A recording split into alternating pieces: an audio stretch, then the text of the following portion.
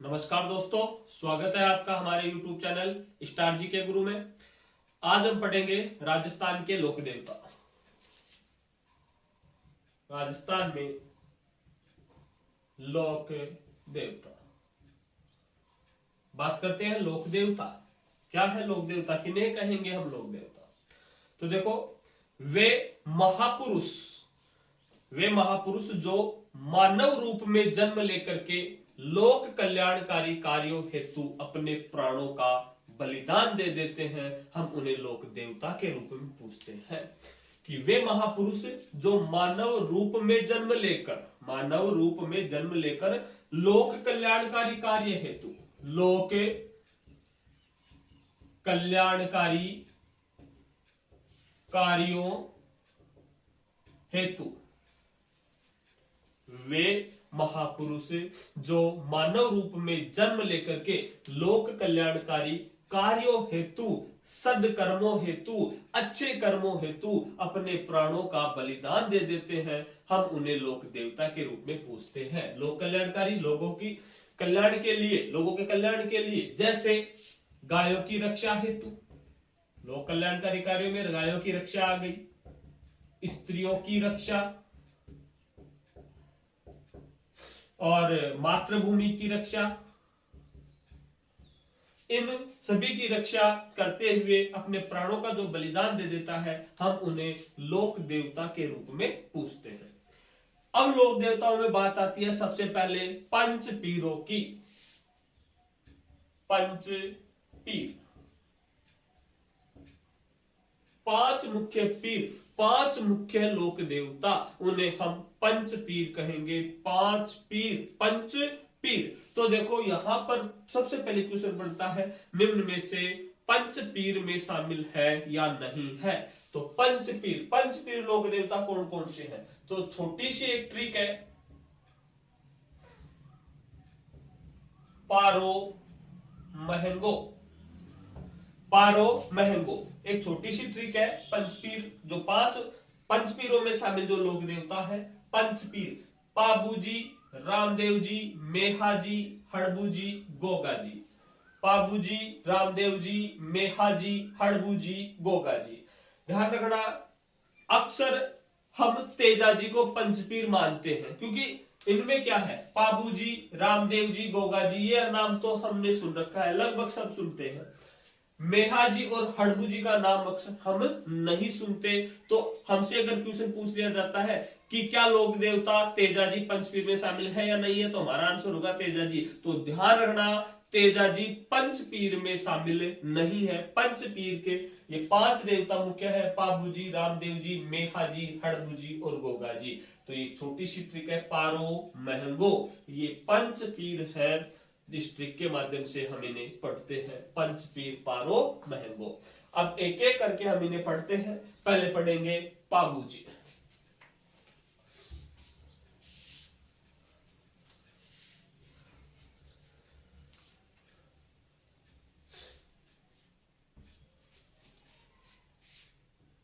पंचपीरों में पहले पढ़ते हैं हम पाबूजी। तो पाबूजी को देखो, लक्ष्मण का अवतार माना गया है। पाबूजी को लक्ष्मण का अवतार माना गया है। पाबूजी का जन्म 13वीं सदी में कोड़ूमंड गांव, फलोदी तहसील, जोधपुर में पाबूजी का जन्म हुआ। पाबूजी का जन्म 13वीं सदी, कोड़ूमंड गांव, फलोदी तहसील, जोधपुर में। पिता धांधड़ जी राठौड़, माता कमला दे, पत्नी सुप्यार दे। पिता धांधड़ जी राठौड़ जो राव सिहा के वंशज थे। धांधड़ जी राठौर राव सिहा के वंशज माने जाते हैं। माता कमला दे, पत्नी सुप्यार दे अमरकोट के शासक सूरजमल की पुत्री थी। अमरकोट पाकिस्तान में पड़ता है वर्तमान में। सुप्यारदे जो इनकी पत्नी थी पाबूजी की, वो अमरकोट के शासक सूरजमल की पुत्री थी। फिर बात करें पाबूजी की घोड़ी। पाबूजी की घोड़ी, घोड़ी है केसरकाड़ी। पाबूजी की घोड़ी का नाम है केसरकाड़ी, ध्यान रखना, पाबूजी की घोड़ी का नाम केसरकाड़ी। अब प्रतीक के रूप में पाबूजी की पूजा होती है। किस प्रतीक के रूप में? भाई प्रतीक क्या है? तो पाबूजी के प्रतीक के रूप में पाबूजी के भाले की पूजा की जाती है। Very very most question. प्रतीक के रूप में पाबूजी के भाले की पूजा की जाती है, अतः कहा जाता है पाबू भालारो। अब पाबूजी के बारे में बात करें हम, तो पाबूजी ने देखो देवलबाई चारिणी, देवलबाई चारिणी की गायों की रक्षा अपने बहनोई जिंदराव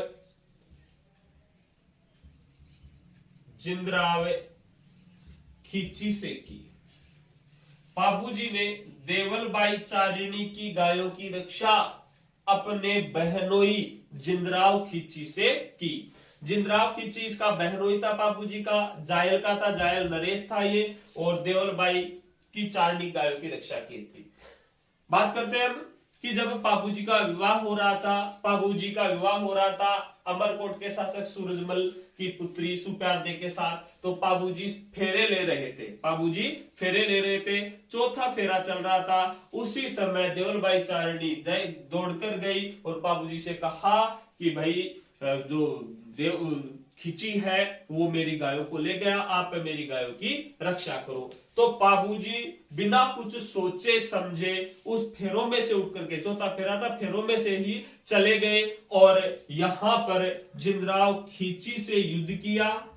तो जिंदराव खींची वर्सेज पाबूजी युद्ध किया और इस युद्ध में लड़ते हुए पाबूजी वीर गति को प्राप्त हो गए। पाबूजी वीर गति को प्राप्त हुए ढेंचू गांव जोधपुर में। तो ध्यान रखना, पाबूजी का जन्म भी जोधपुर में, लेकिन गांव था कोड़ूमठ। पाबूजी ने देह त्यागा, वीर गति को प्राप्त हुए ढेंचू जोधपुर में जिंदराव खींची से लड़ते हुए, और पाबूजी के साथ पाबूजी के बड़े भाई बूढ़ो जी भी इस युद्ध में वीर गति को प्राप्त हुए थे। तो अभी हमने पढ़ा था लोक कल्याणकारी कार्य हेतु मानवीय महापुरुष जो लोक कल्याणकारी कार्य हेतु अपने प्राणों का बलिदान देते हैं, जिसमें गायों की रक्षार्थ हेतु। तो यहाँ पर पाबूजी ने गायों को बचाने के लिए अपने प्राणों का बलिदान दिया, इसीलिए पाबूजी को हम लोग देवता के रूप में पूजते हैं। तो पाबूजी ने देवलबाई चारणी की गायों की रक्षा अपने बहनोई जिंदराव खींची से की थी, और बताया जाता है कि इस घटना के बाद ही राजस्थान में 7 फेरों की जगह 4 फेरे ही लिए जाते हैं। लाछा गुजरी अलग थी, लाछा गुजरी की गायों की रक्षा तेजाजी ने की थी। ध्यान रखना, लाछा गुजरी की गायों की रक्षा तेजाजी ने की थी, देवलबाई चारणी की गायों की रक्षा की है पाबूजी ने। ध्यान रखना इस बात का। फिर हम बात करते हैं पाबूजी के बारे में और देखेंगे। तो पाबूजी को प्लेग रक्षक देवता,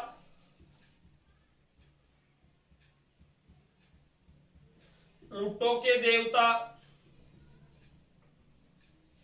कहा जाता है। पाबूजी को प्लेग रक्षक, प्लेग एक बीमारी थी, तो प्लेग रक्षक देवता तथा ऊंटों के देवता कहा जाता है। कहा जाता है राजस्थान में ऊंट लाने का सर्वप्रथम श्रेय पाबूजी को ही जाता है। राजस्थान में ऊंट लाने का सर्वप्रथम श्रेय पाबूजी को ही जाता है। और रेबारी या फिर इसे कहेंगे रायका, रेबारी या रायका जाति के लोग ऊंट बीमार होने पर पाबूजी की पूजा करते हैं। रायका या रेबारी जाति के लोग ऊंट बीमार होने पर पाबूजी की पूजा करते हैं। फिर पाबूजी के बारे में बताया गया है कि पाबूजी के जो सहयोगी थे, पाबूजी के सहयोगी, पाबूजी का साथ देने वाले, पाबूजी के सहयोगी चांदा, डेमा, हरमल, पाबूजी के ये प्रमुख सहयोगी थे। चांदा, डेमा, हरमल ये थोरी जाति के 7 भाई थे।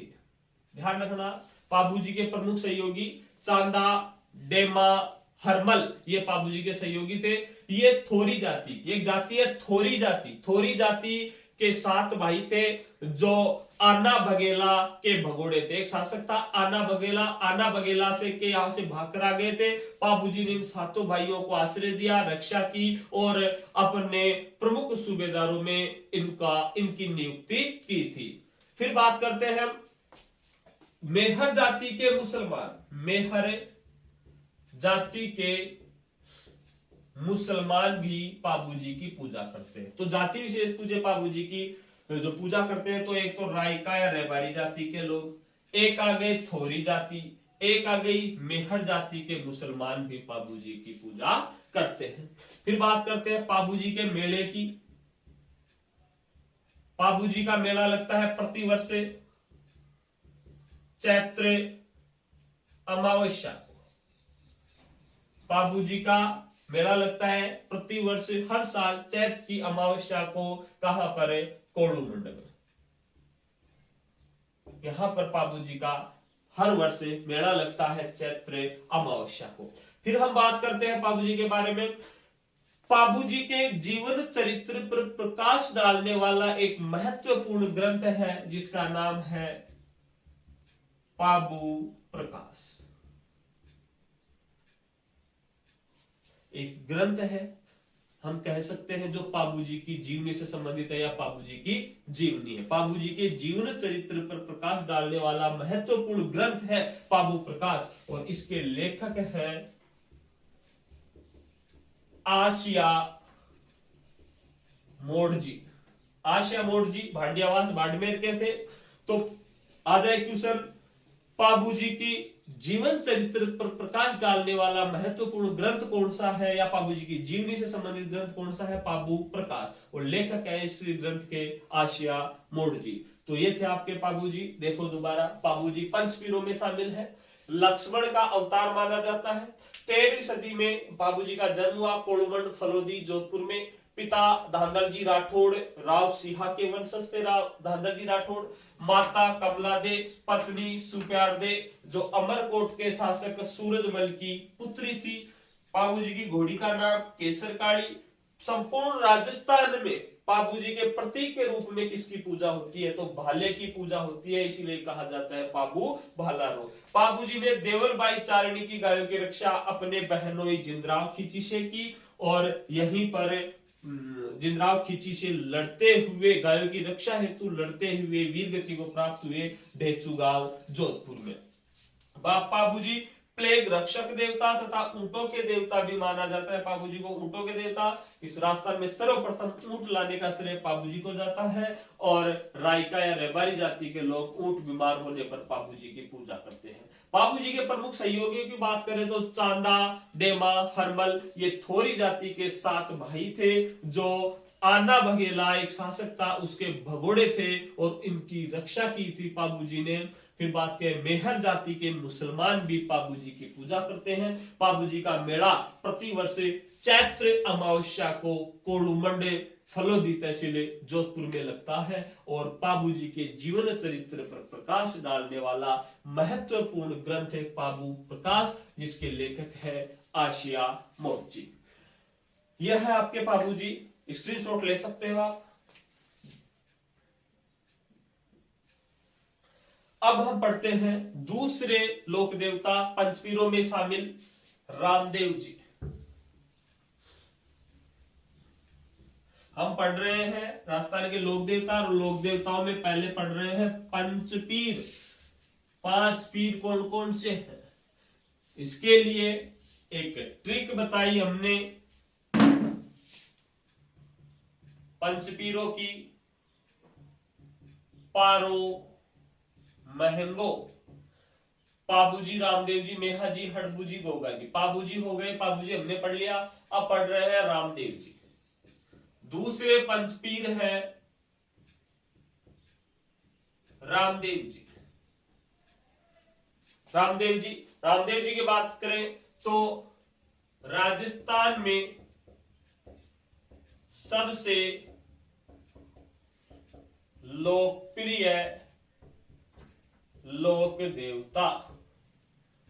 ध्यान रखना, राजस्थान में सबसे लोकप्रिय लोक देवता तो है रामदेव जी, लेकिन बात करें राजस्थान में सबसे लोकप्रिय फड़, तो राजस्थान में सबसे लोकप्रिय फड़ है पाबू जी की फड़। ध्यान रखना, राजस्थान में सबसे लोकप्रिय लोक देवता रामदेव जी और सबसे लोकप्रिय फड़ है पाबू जी की फड़। फड़ चित्रांकन हमने पढ़ लिया पहले।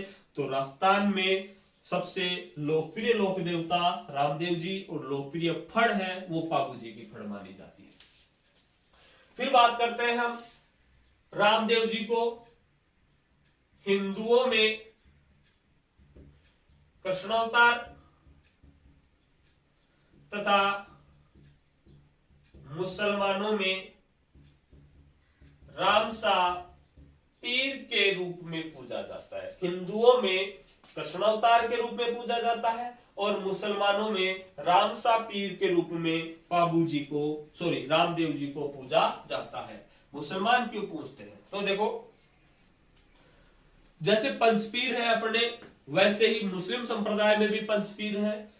मक्का से चल करके यहां राजस्थान में पंचपीर पांच मुस्लिम संप्रदाय के पंचपीर यहां आए थे और उस समय रामदेव जी का नाम चरम सीमा पर था। तो ये रामदेव जी को सबक सिखाने के लिए आए थे। रामदेव जी ने पहले इनकी अवगत करने के लिए भोजन करने को कहा, लेकिन इन्होंने कहा कि हम हमारे जो कटोरे हैं वो कटोरे मक्का भूल आए हैं और हम दूसरे जो पात्र है, बर्तन है, उनमें भोजन नहीं करेंगे। तो रामदेव जी ने अपनी शक्तियों से उन कटोरों को वहां से ले आए और उनको दे दिया। तो पांच पीरों ने कहा कि मैं तो केवल पीर हां, आप तो पीरा का पीर हो। अतः उन पंच पीरों ने ही इन्हें रामसा पीर की संज्ञा दी गई, पीरों के पीर कहा इन्हें। इसलिए मुस्लिम संप्रदाय में भी ये पूजे जाते हैं, रामसा पीर के रूप में पूजे जाते हैं। एक और लोक देवता है जो मुस्लिम संप्रदाय में पूजे जाते हैं, गोगा जी, उनकी भी चर्चा करेंगे। तो बाबा हिंदुओं में कृष्णावतार और मुसलमानों में रामसा पीर के रूप में पूजे जाते हैं। रामदेव जी का जन्म लगभग 1405 ईस्वी में भाद्रपद शुक्ल द्वितीया को, रामदेव जी का जन्म 1405 ईस्वी में भाद्रपद शुक्ल द्वितीया, भाद्रे का महीना, शुक्ल पक्ष और उसकी दूज को हुआ। कहां पर हुआ? उंडू काश्मीर गांव शिव तहसील बाड़मेर में। रामदेव जी का जन्म 1405 ईस्वी में भाद्रपद शुक्ल द्वितीया को उंडी काश्मीर गांव शिव तहसील बाड़मेर में हुआ। जो तिथि है भाद्रपद शुक्ल द्वितीया, इसी तिथि को कहा जाता है बाबा रे बीज। ध्यान रखना, बहुत बार क्वेश्चन आता है बाबा रे बीज, किस बाबा रे बीज का संबंध है? तो बाबा रामदेव जी के जन्म से संबंधित है, अर्थात बाबा रामदेव का जन्म जिस तिथि को हुआ था उस तिथि को कहा जाता है बाबा रे बीज। पिता रामदेव जी के पिता अजमाल जी, भजन सुना होगा आपने, भजन आता है अजमाल जीरा कौरा, अजमाल जीरा कौरा। तो अजमाल जी पिता, माता मेणा दे, पत्नी नेतल दे। पत्नी जो नेतल दे है वो अमरकोट के शासक दलेल सिंह सोढ़ा की पुत्री, दलेल सिंह सोढ़ा की पुत्री थी। रामदेव जी की पत्नी नेतल दे या निहाल दे कहा गया, नेतल दे अमरकोट के शासक सोढ़ा दलेल सिंह की पुत्री थी। भाई रामदेव जी के भाई थे वीरमदेव जो बलराम के अवतार माने जाते हैं। बड़े भाई थे रामदेव जी के और इनमें बलराम का अवतार माना गया वीरमदेव को। और रामदेव जी की घोड़ी थी लीला, भजन में सुना होगा आपने, लीलारो अस्वार बाबो। तो पिता अजमाल जी, माता मेणा दे, पत्नी नेतलदे, भाई विरमदे, घोड़ी लीला। और प्रतीक के रूप में रामदेव जी के प्रतीक के रूप में पूजा होती है पद चिन्हों की। पद चिन्हों की प्रतीक के रूप में रामदेव जी के पद चिन्हों की पूजा होती है, अर्थात रामदेव जी के पगल्या पूजे जाते हैं। फिर बात करें हम रामदेव जी में और क्या है रामदेव जी के बारे में, तो रामदेव जी को समाधि दिला दे एक बार। तो रामदेव जी ने समाधि ली थी लगभग 1458 ईस्वी में भाद्रपद शुक्ल एकादशी को। भाद्रपद शुक्ल एकादशी को रामदेवरा या रूड़ेचा में पोखरण तहसील जैसलमेर, पोखरण तहसील जैसलमेर में समाधि ली थी रामदेव जी ने। अब देखो बताया जाता है समाधि 1458 ईस्वी में, तिथि भाद्रपद शुक्ल द्वितीया, ध्यान रखना जन्म भी भाद्रपद महीने में शुक्ल पक्ष में, समाधि भी भाद्रपद महीना शुक्ल पक्ष तिथि है, द्वितीया को जन्म, एकादशी को समाधि। कहां पर है, रामदेवरा या रूड़ेचा में। नया नाम रामदेवरा, पुराना नाम रूड़ेचा, पोखरण में जैसलमेर में बाबा ने समाधि ली। इनकी समाधि के पास, बाबा रामदेव की समाधि के पास इनकी परम शिष्या डालीबाई की भी समाधि स्थित है। रामदेव जी की समाधि के पास इनकी परम शिष्या या इनकी मुंह बोली बहन या धर्म की बहन डालीबाई की समाधि भी यहीं पर ही स्थित है। और बताया जाता है बाबा ने कामड़िया पंथ व 24 वाणियों की रचना की। रामदेव जी ने एक पंथ की स्थापना की, कामड़िया पंथ, और 24 कवि थे, 24 वाणियों की भी रचना की। बाबा के मेघवाल जाति के भक्तों को रिखिया कहा जाता है। बाबा के मेघवाल जाति के भक्तों को रिखिया तथा पचरंगी ध्वजा को नेजा कहा जाता है। मेघवाल जाति के भक्तों को रिखिया और पचरंगी ध्वजा को नेजा कहा जाता है। रामदेव जी के जागरण को जम्मा कहा जाता है। रामदेव जी के जागरण को जम्मा कहा जाता है। बाबा के द्वारा किए गए चमत्कारों को पर्चा कहा जाता है। बाबा के द्वारा किए गए चमत्कारों को पर्चा कहा जाता है तथा बाबा के भक्तों द्वारा गाए जाने वाले भजनों को ब्यावले कहा जाता है। ये भी मोस्ट क्वेश्चन है। बाबा रामदेव के भक्तों द्वारा गाए जाने वाले भजनों को किस नाम से जाना जाता है? ब्यावले। जागरण को क्या कहा जाता है? जम्मा कहा जाता है। इसके अलावा बाबा रामदेव के बारे में बात करें तो बाबा रामदेव जी का मेला, बाबा रामदेव जी का मेला प्रतिवर्ष भाद्रपद शुक्ल द्वितीया, भाद्रपद शुक्ल द्वितीया से लेकर के भाद्रपद शुक्ल एकादशी तक बाबा का मेला लगता है। भाद्रवे के महीने में शुक्ल पक्ष में, शुक्ल पक्ष की 2 से लेकर के 2, 3, 4, 5, 6, 7, 8, 9, 10 और 11 अर्थात भाद्रपद शुक्ल द्वितीया से लेकर के एकादशी तक बाबा रामदेव का मेला लगता है। कहां पर? रामदेवरा में, पोखरण में, रूणेचा में, जहां पर समाधि ली थी वहीं पर बाबा का मेला लगता है। और नॉट या मोस्ट है ये बात क्या कि राजस्थान में सांप्रदायिक सद्भाव के प्रतीक के रूप में आयोजित होने वाला मेला। यह मेला सांप्रदायिक सद्भाव के प्रतीक के रूप में आयोजित होता है। सांप्रदायिक सद्भाव, सभी संप्रदाय के लोग इस मेले में भाग लेते हैं। तो बाबा का मेला प्रतिवर्ष भाद्रपद शुक्ल द्वितीया से लेकर के एकादशी तक बाबा का मेला रुणेचा या रामदेवरा में लगता है, जो सांप्रदायिक सद्भाव के प्रतीक के रूप में आयोजित होता है। फिर बताया जाता है बाबा रामदेव जी के अन्य स्थान। बाबा रामदेव जी के अन्य स्थान, अन्य जो मंदिर है, एक तो है छोटा रामदेवरा, छोटा रामदेवरा गुजरात। एक बताया जाता है मसूरिया पहाड़ी, मसूरिया पहाड़ी जोधपुर। इसके अलावा एक मंदिर चित्तौड़ में बताया जाता है और एक मंदिर अजमेर में बताया जाता है। तो अन्य मंदिरों की बात करें, गुजरात में हो गया छोटा रामदेवरा, एक जोधपुर में, एक अजमेर में और एक चित्तौड़ में।